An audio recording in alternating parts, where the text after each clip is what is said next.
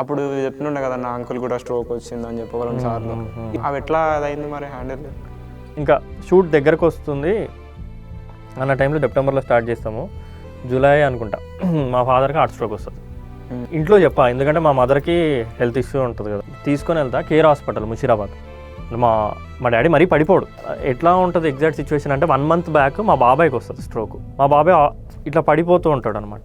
ఆయనకి ఇట్లా స్టంట్తో సాల్వ్ అయిపోయింది అనమాట. సో నీకు ఆ సేమ్ హాస్పిటల్ తీసుకుని వెళ్ళారు. రాసిన ఎగ్జామ్ లాగానే ఉంటుంది, కాకపోతే ఇక్కడ క్యారెక్టర్ మారాడు అన్నట్టు 1 month తర్వాత సేమ్ మా డాడీకి వచ్చింది. కాకపోతే మా డాడీ పడిపోవట్లా.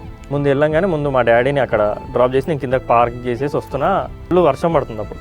వర్షం పడుతుంది, పైకి వస్తుంటే చెప్పులు దిగిపోయినాయి, అంతా పిచ్చి పిచ్చి అయిపోయింది. ఇంటర్వ్యూ ఇంత ఫిలిమాటిక్గా అవుతుంది అని చెప్పేసి అనిపించింది. అది ఈసీజీగా ఏదో 2D తీసారు. చేసి దాంట్లో హార్ట్ స్ట్రోక్ అని వచ్చింది. అంటే ఫస్ట్ క్వశ్చన్ ఏమడిగా అంటే స్ట్రోక్ అంటే చిన్నదేనా అని అడిగా. స్ట్రోక్ అంటే చిన్నది ఎందుకు అవుద్దండి, మామూలుగా హార్ట్ స్ట్రోక్ అంటే పెద్దదే కదా. నువ్వు ఎప్పుడూ చిన్నదే వినడానికి ఇష్టపడతావు, నేను అంతే అందరిలాగానే. ఏ హెల్త్ ఇష్యూ అయినా చిన్నది ట్యాబ్లెట్లతో తగ్గాలి అనేదే ఎవరైనా ఇష్టపడతారు.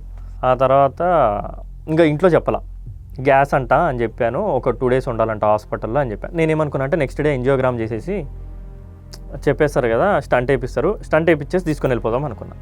నెక్స్ట్ డే ఎంజియోగ్రామ్ చేసినాక డాక్టర్ ఏమన్నాడంటే సర్జరీ చేయించాలన్నాడు.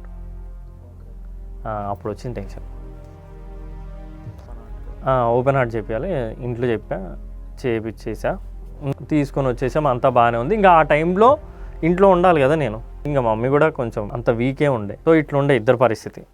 అక్క వచ్చింది ఇంకా అప్పుడు. బేసిక్గా అక్క చాలా సపోర్ట్, విపరీతంగా సపోర్ట్. అంటే ఆ టైంలో తను చాలా పెద్ద రిస్క్ చేసింది. యూఎస్లో ఆల్మోస్ట్ 5 months ఉంది తను ఇండియాలో.